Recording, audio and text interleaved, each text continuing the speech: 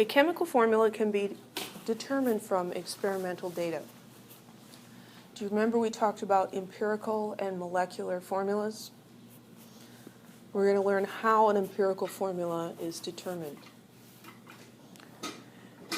You can take a compound and decompose it to find out the masses of the elements that were in it, or you can measure masses of elements that combine to form a compound. So that sort of information allows you to calculate the formula, or you can calculate it from the percent composition. Remember that an empirical formula gives us a ratio of atoms. It does not necessarily give us the actual number of atoms in a molecule, and very especially it does not give us a ratio of masses. Chemical formulas have to do with particles, not masses. So here are the steps for those of you who like lists of instructions. Sometimes I wish someone would give me a list of instructions for my life.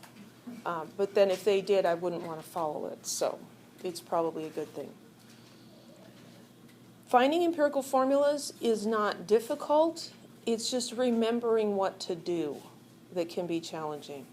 So the first thing is we need the masses of each element that are present in this given sample of the compound.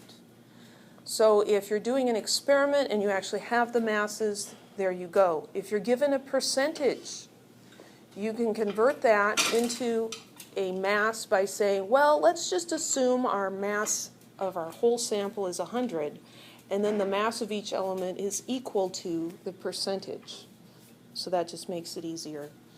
Second step, convert each mass to moles, using the molar mass for the element, because the formula has moles ratio of particles, so we need to get to moles.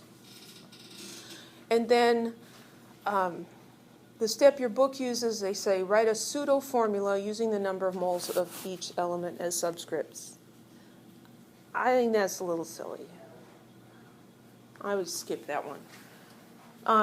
Step 4, divide all of the subscripts or all the molar amounts by the smallest one. If the result is within 0.1 of a whole number, you can round it off to the whole number. But if it's not a whole number, then you need to do some multiplying. Now, if you recognize the decimal equivalence of fractions, you'll know that 0.2 is 1/5. And so if you multiply 0.2 by 5, you're going to get 1. 0.33 is 1/3. 0.66 is 2/3. You multiply this by 3. So this is a little table that can help you out. If you're like, what are you talking about? Try multiplying by 2. Do you get a whole number? No? Okay. Try multiplying by 3. If that doesn't work, go to 4. Try 5. It's a trial and error method. It works too. Let's do an example. Sample of an unknown compound, 50.83% zinc, 16.02% phosphorus, and 33.15% oxygen. What is the empirical formula? They've given us percentages instead of masses. All we have to do is take the percent sign away and put a G for gram. Because if the sample was 100 grams, 50.83 grams of it would be zinc. The percent composition does not depend on or is not affected by the sample size. That's the nice thing about a percentage. It's if you've got a little bit, if you've got a lot, the percentages are the same. And so we need to take these masses and convert them to moles. So I'm going to take 50.83 grams of zinc. You're going to have grams of different things, and so we need to label them. 50.83 grams of zinc, 16.02 grams of phosphorus, and 33.15 grams of oxygen. We need to convert these to moles. So we want to multiply by moles and divide by grams. And we need the periodic table for this. Zinc is 65.39 grams. 65.39 grams is 1 mole of zinc. And the grams cancel out. Always, always, always, always write your units. because then if you do it upside down, you have a good chance of seeing it. 50.83 divided by 65.39. Now, we are going to end up with whole numbers. So we don't have to keep track of significant figures, but the important thing is do not over round. I have seen people round stuff to one significant figure, and then they end up getting the answer wrong because they just round it off like crazy. We have 4 sig figs in our original number. We should keep at least 4. And you can keep more. It's not going to hurt anything. 777,336. And that's moles of zinc. 30.97? Yeah. So then we'll convert phosphorus. 1 mole of phosphorus is 30.97 grams. Grams cancel out.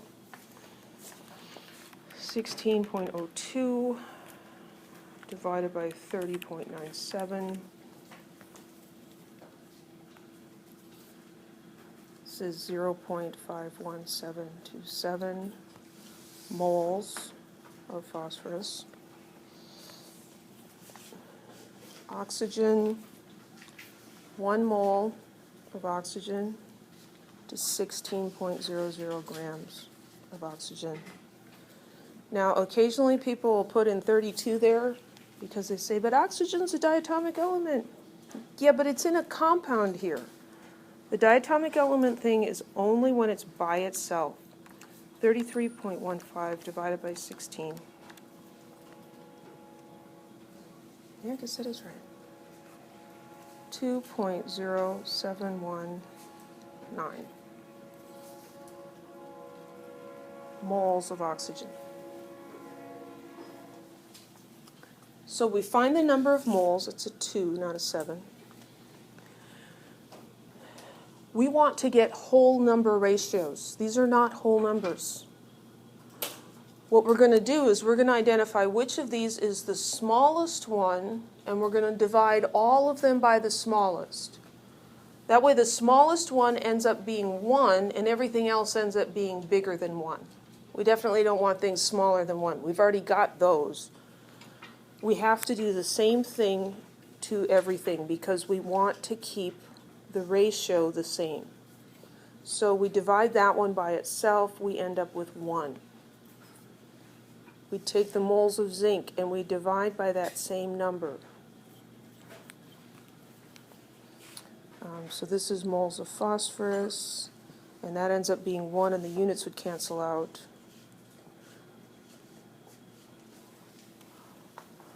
Here we've got 0.777336 divided by 0.51727 equals.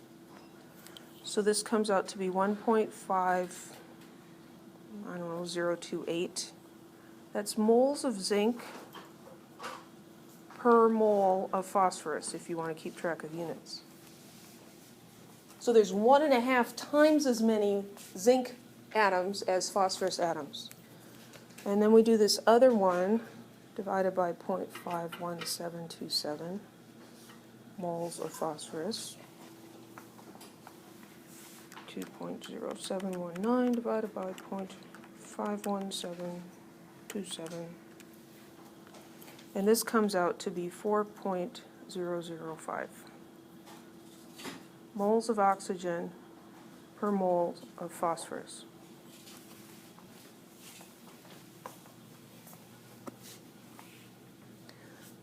These numbers are a lot closer to appropriate subscripts for a chemical formula, right?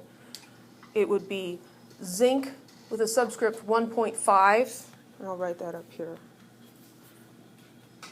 Zinc 1.5, phosphorus 1, except we wouldn't write 1, and oxygen 4.005. But we can't take 1.5 and round it to 2. It needs to be really close to a whole number, within 0.1.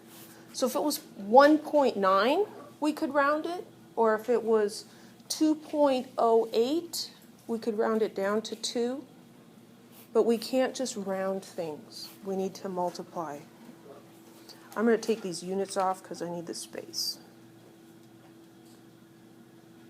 So we have this ratio. The ratio we've got going so far is 1.5 to 1 to 4.005. Now, could we round that 4 to a 4.005 to 4? Yeah, we can. So let's go ahead and do that. Well, what do we need to multiply 1.5 by to get a whole number? 2. So we multiply that by 2, and we end up getting 3. 1.5028 times 2 gives us 3.0056. Definitely close enough that we can round that to 3. We have to multiply the others also to keep the ratio the same.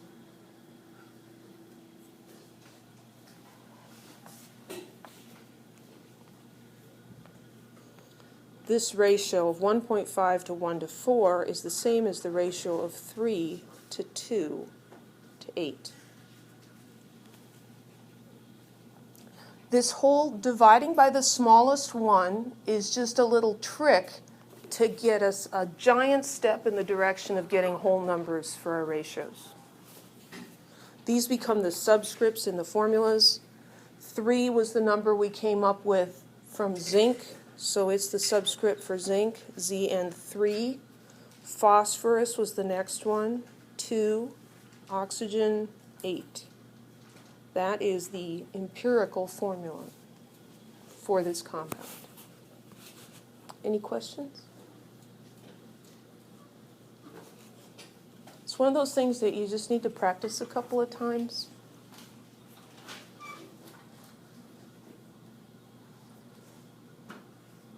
That's calculating the empirical formula. How do we find the molecular formula? The molecular formula is always some multiple of the empirical formula. It might be multiplied by 2 or 6 or 1. Sometimes they're the same. But we need one more piece of information. We need the molar mass of the compound. So we need the molar mass plus the empirical formula to figure out what the molecular formula for the compound is. The molecular formula is going to be the empirical formula times some integer n. 1, 2, 3, something like that. We find out what n is by taking the actual molar mass of the compound and dividing it by the mass of the empirical formula. We want to find out how many empirical formulas are in the whole formula. Like if we had a box of bowling balls and it weighed 40 pounds. If we knew that one bowling ball weighed 10 pounds, could we figure out how many balls are in the box? Take the mass of the whole thing is 40 and divide by the mass of one of the pieces, 10, and we would get 4. There must be 4 balls in the box of bowling balls. So that's what we're doing here. During excessive physical activity, lactic acid, molar mass given, forms in muscle tissue and is responsible for muscle soreness. This is true. The empirical formula of lactic acid is CH2O. Determine the molecular formula.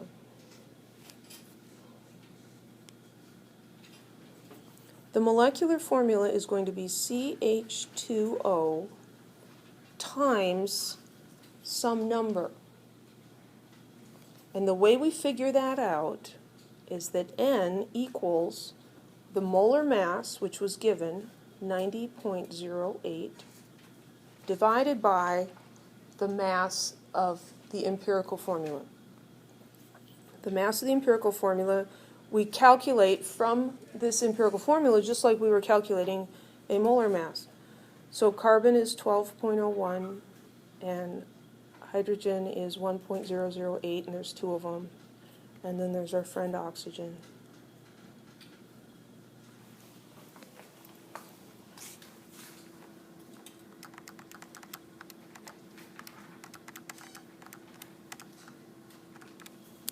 30.026. So we want to put 30.026 down here.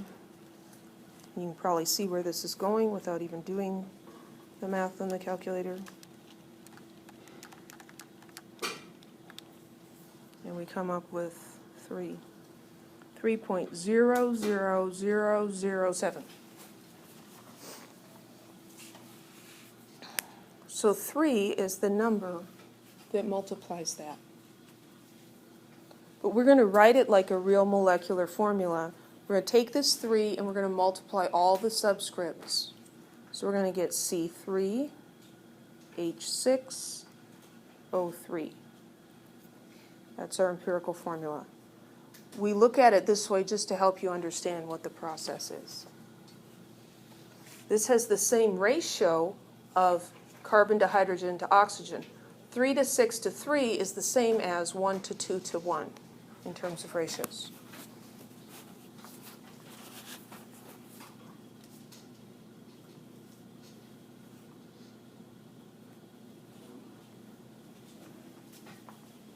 One way that you can calculate an empirical formula is by combustion analysis. Hydrocarbons combust. So this is very useful for hydrocarbons or things that contain carbon, hydrogen, and oxygen. When these burn, all of the original carbon forms carbon dioxide, all the original hydrogen forms water, and then we find the mass of the oxygen by subtraction. So we burn the substance and we collect the carbon as carbon dioxide, the hydrogen as water, and then knowing the original mass of the compound, we can figure out how much oxygen was in it. So here's a picture of what that might look like. Your little furnace here. You put a compound in here that you know the mass of, and you burn it, so there's plenty of oxygen coming in to burn. And the products of the combustion go through these tubes. One is an H2O absorber, and any of the water in those vapors will get absorbed here. We weigh the tube before and after, find the mass of the water. And then it goes through another tube that absorbs carbon dioxide. And so you weigh this before and after, you get the mass of carbon dioxide. So another example, vitamin C. Molar mass 176.12 grams per mole is a compound of carbon, hydrogen, and oxygen found in many natural sources, especially citrus fruits, yay, oranges. When a 1.000 gram sample of vitamin C is burned in a combustion apparatus, the following data are obtained. And they give us the mass of carbon dioxide produced, the mass of water produced, what's the molecular formula of vitamin C. Okay, this example is a victim of poor slide design on my part because there's no room for me to do anything. So I'm going to be creative here. The molar mass is 176.12 grams per mole, and we have a 1.000 gram sample. And now through the wonders, I'll make that fatter. I'm just going to make all of this go away so I have some room to write. And I don't really need that either. Okay, now I have some space.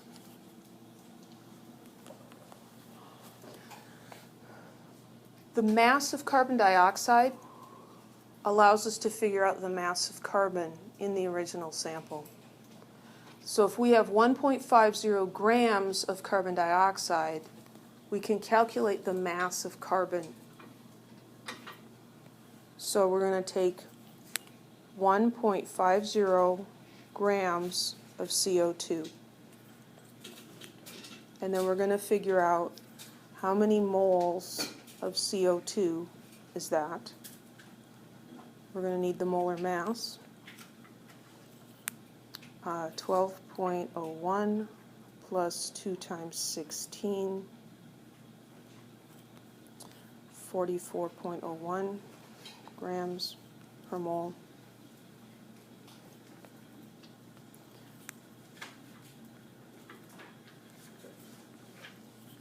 But we want the mass of carbon. How many moles of carbon in 1 mole of carbon dioxide? 1. We get that from the formula. 1 mole of carbon for 1 mole of CO2. So grams of CO2 are canceling out and moles of CO2, and then we've got moles of carbon. Now when we did the empirical formula, we wanted moles, didn't we? So maybe let's just stop there at the moles instead of converting to grams and then having to go back and convert the grams into moles. 1.5 divided by 44.01, 0.034083. That's moles of carbon. Oh, now I remember why I have to do the other thing.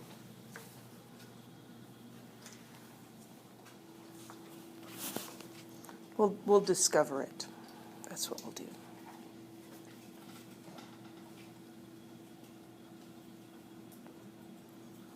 I'm going to get the mass of hydrogen, or the moles of hydrogen, from this mass of water. So 0.41 grams of H2O. I need to figure out moles of H2O per gram, and the molar mass, we've done this one already, is 18. How many moles of hydrogen in 1 mole of water?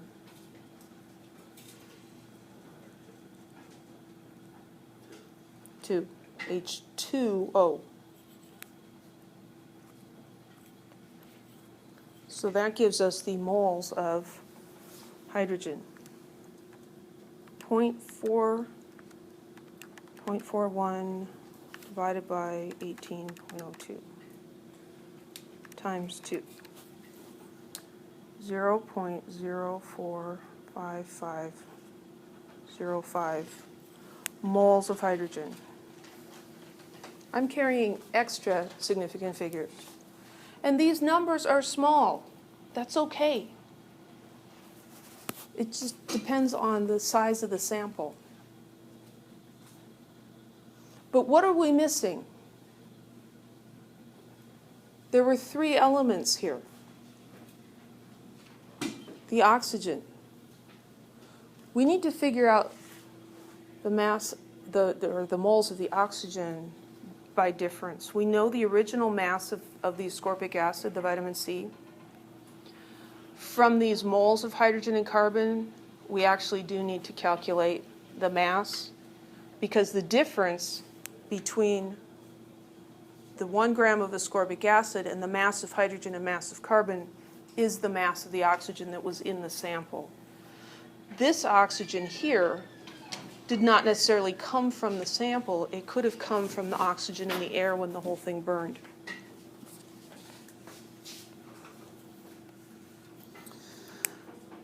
So 0.034083 moles of carbon. We need to figure out the mass of that just so we can figure out the mass of the oxygen.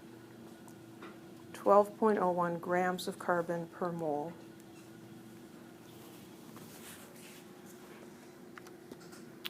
.034.083 times 12.01. So 0.4093 grams of carbon, 0.045505 grams of hydrogen times the mass of hydrogen. And again, we're not going to double that because I'm talking about something else at the same time, grams. Because this is hydrogen in a compound, and so it's not a diatomic molecule here. 0.045505 times 1.008.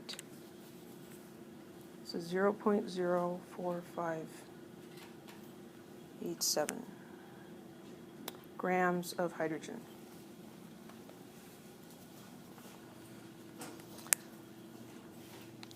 The mass of oxygen then is 1.000 minus 0.4093 minus 0.04587.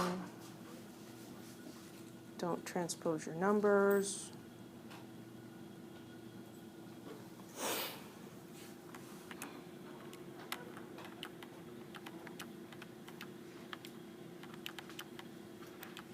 The hardest thing about a problem like this is remembering, where am I going with this, right? You're calculating away, and then you're like, oh, wait a minute, why did I do that? So this comes out to 0.5448 grams of oxygen. We need that.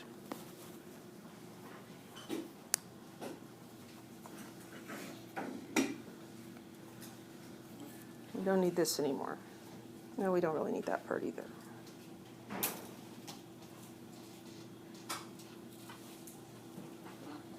Now, I'm playing loose with my significant figures here because ultimately they don't matter as long as I have enough of them.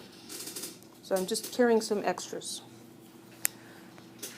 So we need to figure out how many moles of oxygen this is. 1 mole of oxygen per 16 grams. That number is still in my calculator. I'm going to divide by 16 equals 0.03405 moles of oxygen.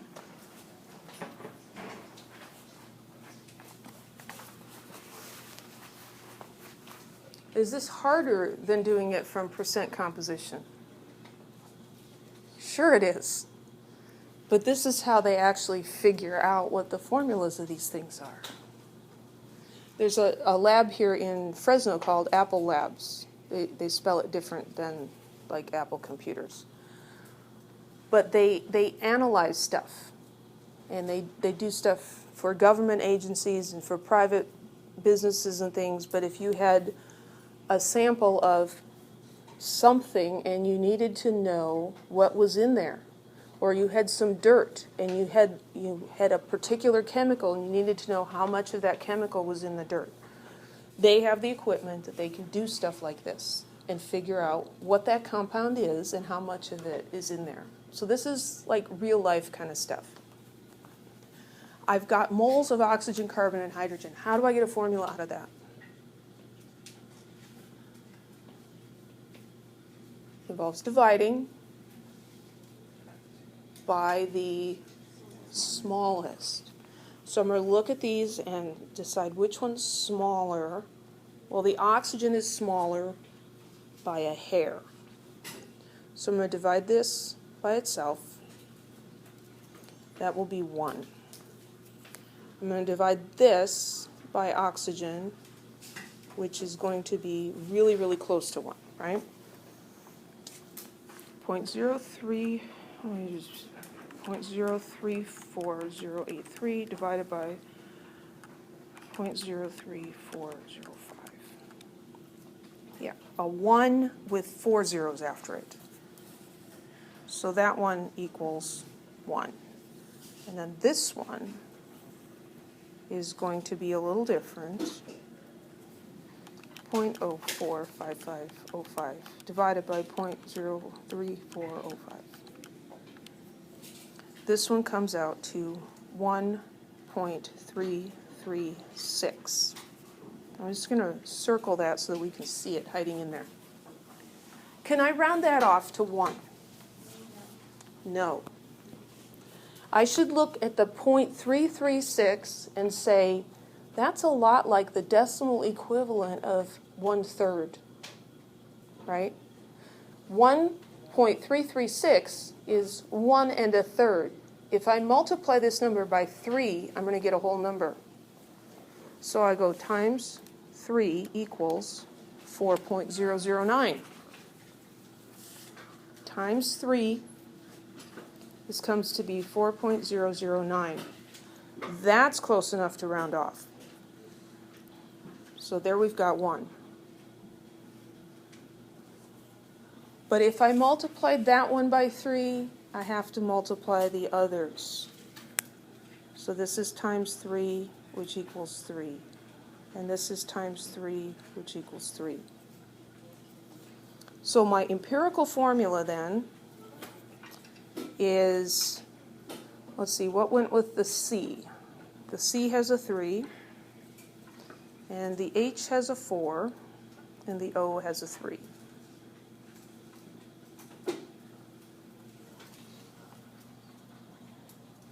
Yay, we got the empirical formula. Are we done? No. Right? What? They want the molecular formula. All that work and we're not even done yet? Right? Good grief. Well, we need some space. Goodbye. Goodbye. That'll be good. Here's the molar mass. Here's the empirical formula. We need to find the mass of the empirical formula and see how many of them goes into this, right? Like 3 goes into 9 3 times. Gazintas. It's division. The molar mass of that guy is 3 times the mass of carbon plus 4 times the mass of oxygen plus 3 times the mass, I'm sorry, that was hydrogen. 4 times the mass of hydrogen, 3 times the mass of oxygen. 3 times 12.01 plus 4 times 1.008 plus 3 times 16 equals 88.06. I'm going to take the 176.12, divide by 88.06, or I'll invert and multiply. My calculator says 1.99995. We're calling that 2. That's super close to 2. That means the empirical formula is, back up, the molecular formula is twice the empirical formula. So it's C6H8O6. There's the answer. Fun, huh? That could be on an exam. That could be an exam question. Not this Tuesday. The stuff we're talking about tonight, thankfully, is not on Tuesday's exam. I want to give you a little more time to absorb it, because otherwise it just runs out your ears and spills onto the floor, makes a gooey mess.